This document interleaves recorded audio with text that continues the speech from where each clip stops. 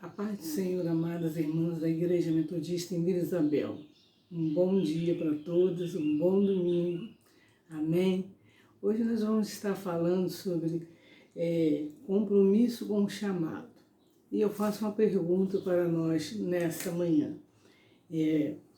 O que é ter uma vocação ou um chamado de Deus? Você sabe qual é o chamado que Deus tem para a sua vida?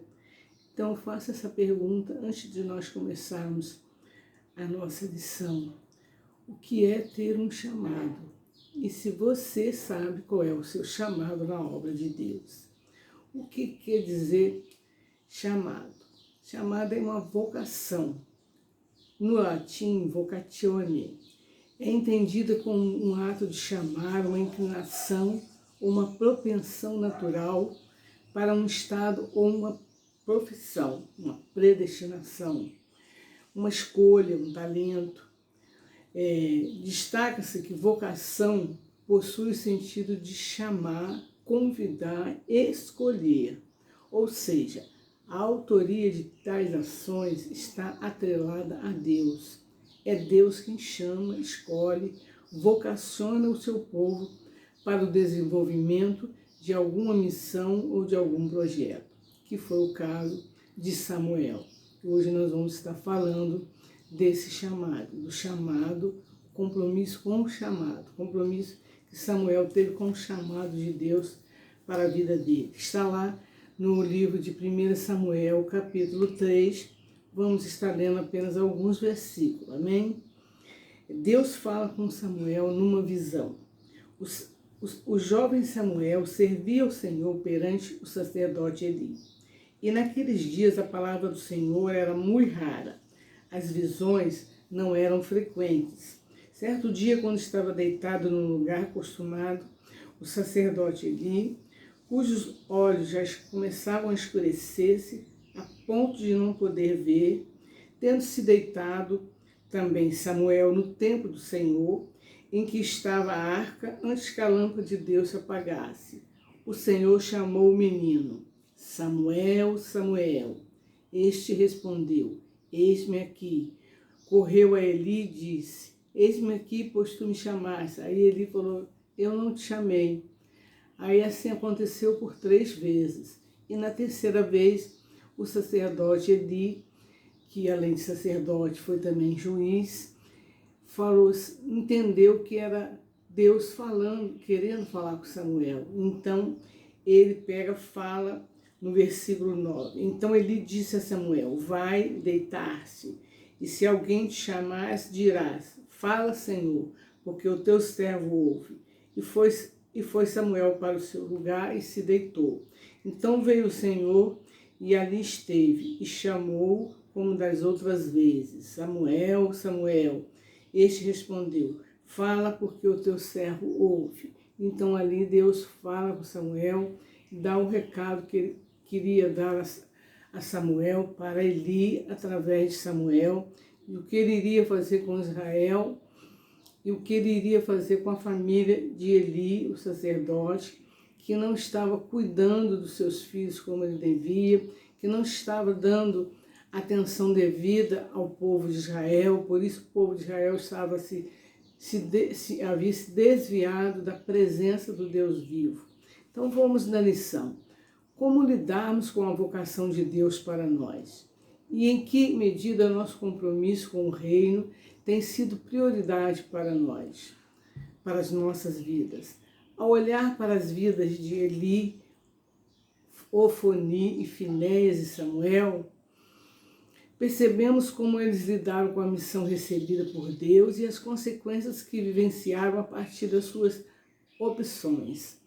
Enxergar a maneira como se relaciona com a sua vocação nos orienta a prosseguir no nosso compromisso com Deus. Então, se nós olharmos como foi o chamado de Ofnias, Finéias e Eli e Samuel, vamos ver a diferença, porque Eli, Ofni e Finéias eram uma família de sacerdotes responsável pelo serviço ao Senhor e ocupavam o santuário, desempenhavam as suas tarefas pertinentes ao culto.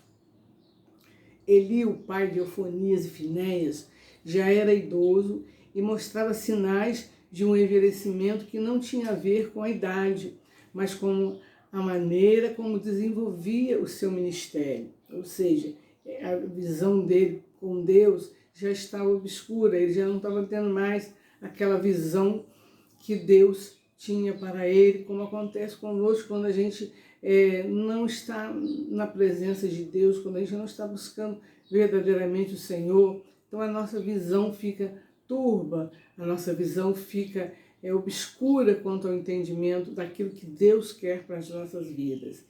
Então,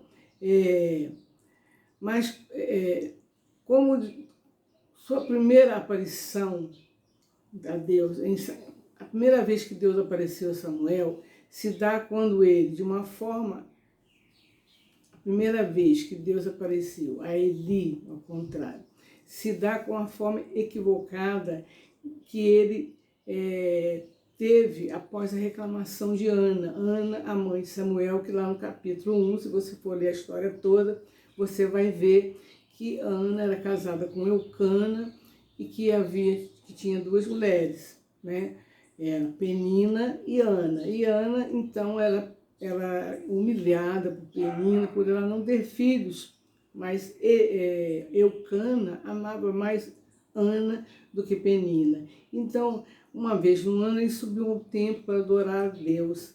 E nessa subida, Ana se derramou no altar do Senhor, pedindo um filho. E esse sacerdote, que nós estamos falando aqui agora, viu que ela só mexia com os lábios e achou que ela estava embriagada. Por quê? Ele não estava com a visão dele plena na presença do Senhor. Até que ela fala, não, Senhor, eu estou aqui, eu sou uma mulher do coração atribulado e peço ao Senhor um filho, e assim você vai ver todo o contexto da história.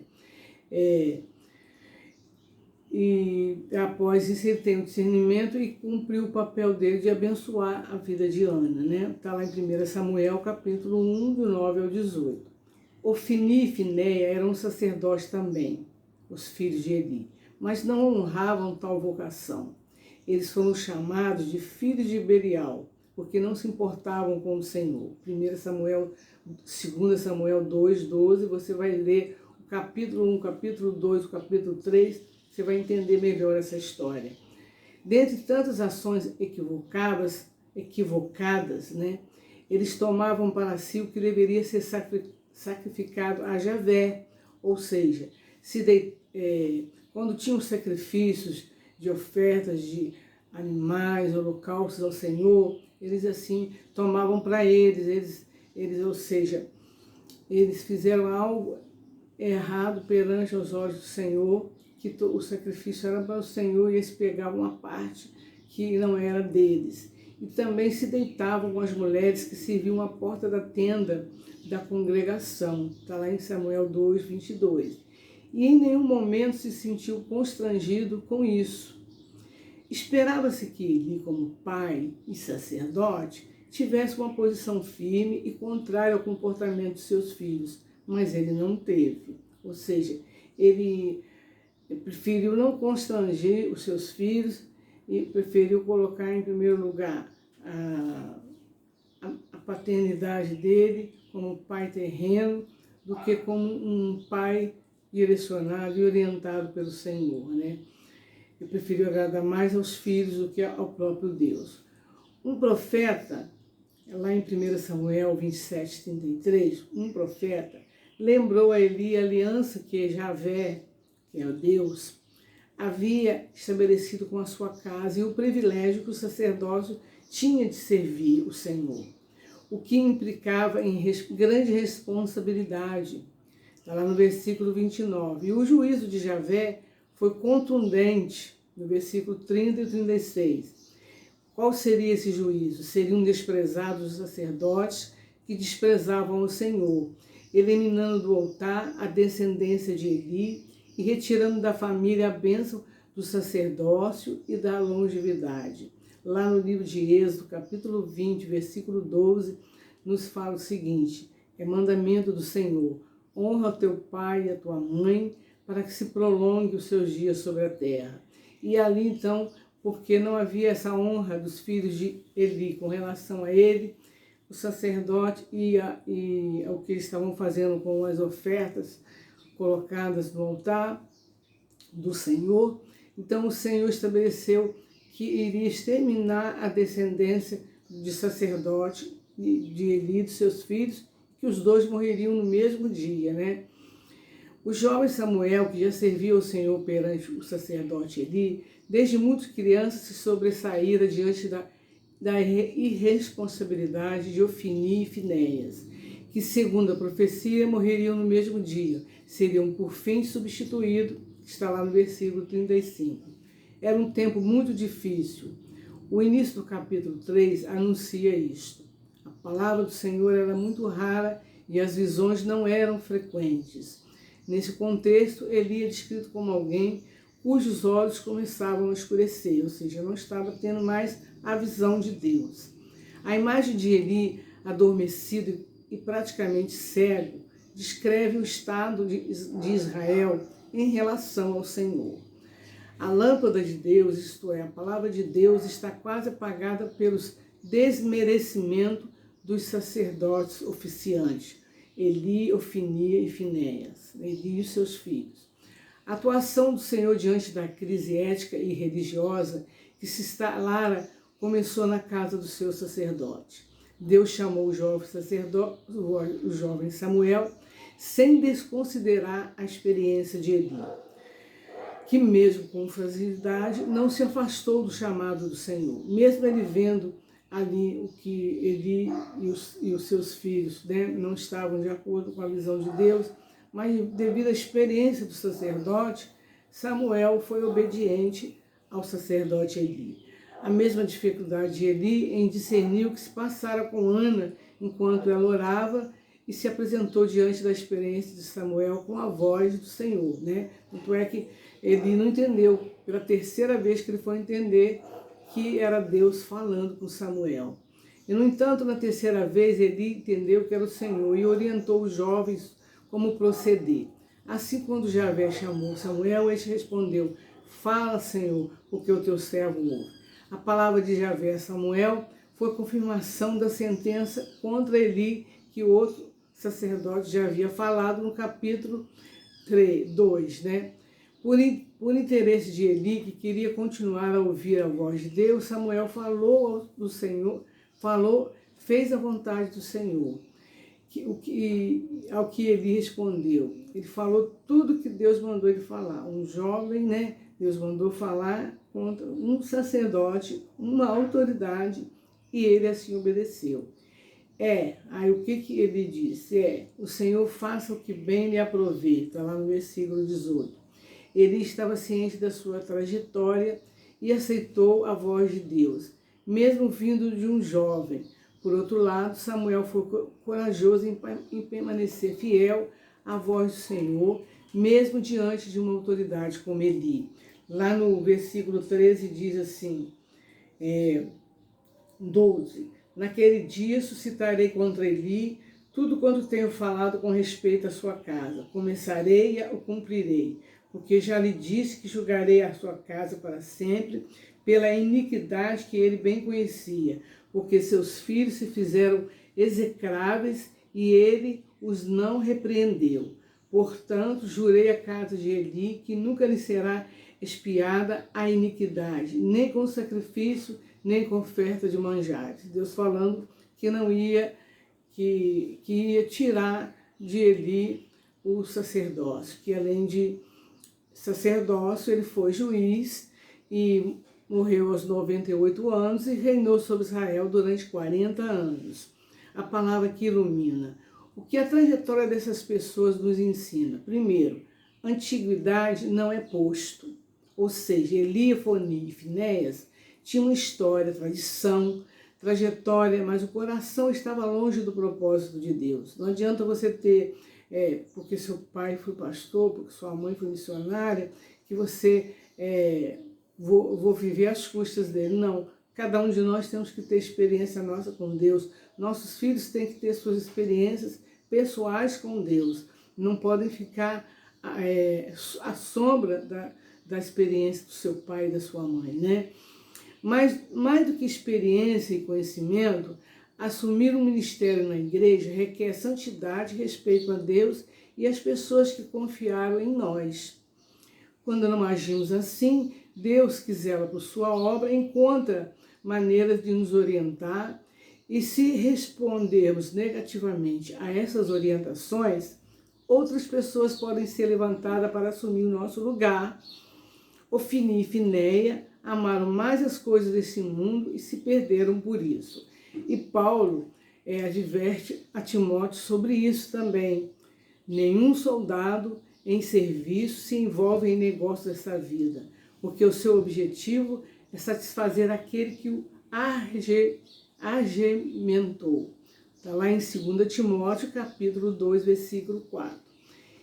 Responsabilidade e compromisso. Eli foi duplamente omisso diante do comportamento de Ofni e Finéias, seus filhos. Como pai, não corrigiu seus filhos, e como sacerdote, não se manifestou contrário às atitudes deles. Faltou de responsabilidade e compromisso. Ao que parece, Eli não se dispôs ao confronto. Muitas vezes nós nos omitimos diante da falta de ética das pessoas, quer na família, quer na igreja ou fora dela. Há quem chegue até a dizer: cada um com seus problemas, eu não tenho nada a ver com isso e não posso mudar o mundo, né? Então, confrontar situações equivocadas requer coragem, seriedade, esforço e responsabilidade com a tarefa que Deus nos dá.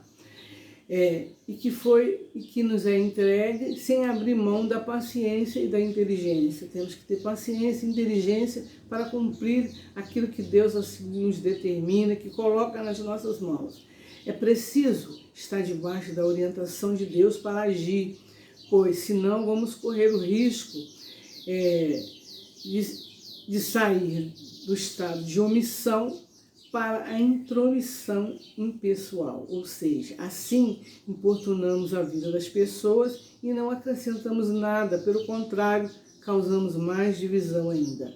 E como servos e servas de Deus, temos a responsabilidade, especialmente com quem amamos, de aconselhar e colaborar para que não se deixe levar por caminhos pecaminosos e tortuosos. No entanto, isso requer compromisso, investimento de tempo, afetividade e misericórdia da nossa parte, né? Do contrário, poderemos nos tornar cúmplices de algo que alguém esteja fazendo contrário à vontade de Deus, se nós não quisermos confrontar. E às vezes a gente não quer entrar em confronto, é mais fácil, é mais cômodo deixar ocorrer do jeito que está acontecendo. É possível reencontrar-se com a voz de Deus?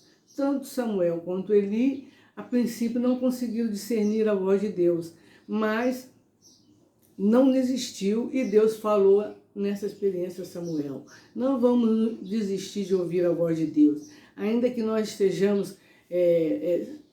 Deus não tem falado comigo, mas insista, persista, busque a Deus em oração, em jejum.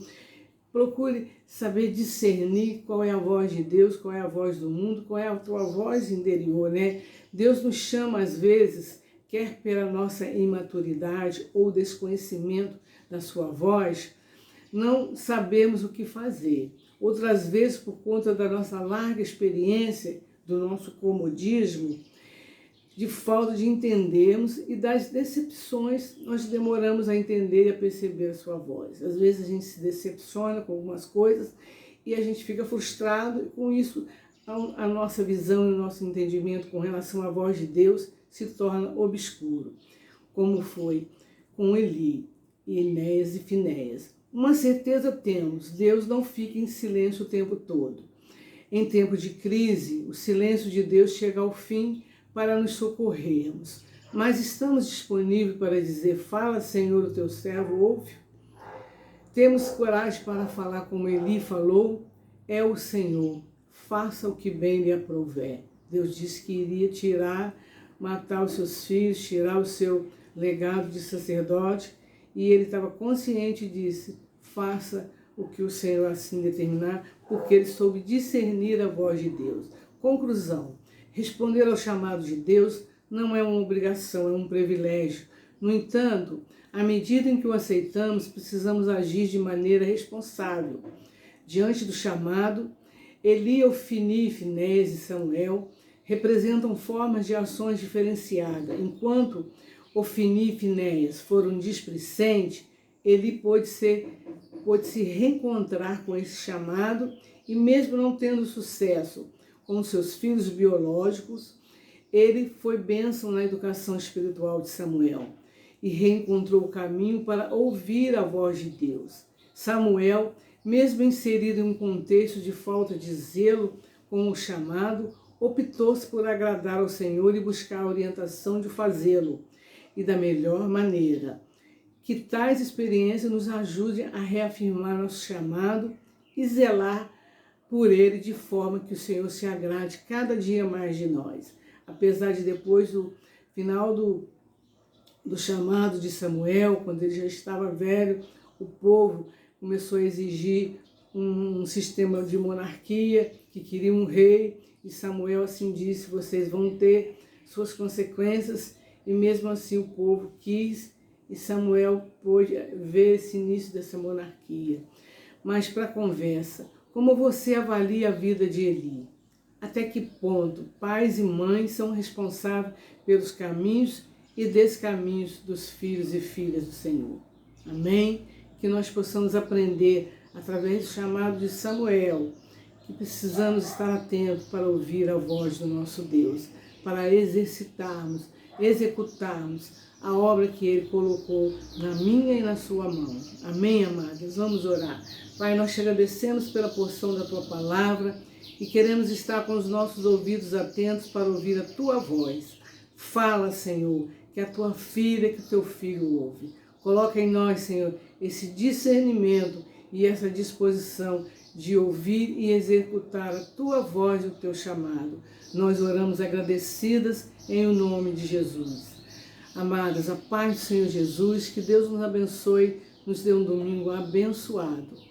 Fiquem na paz. Amém?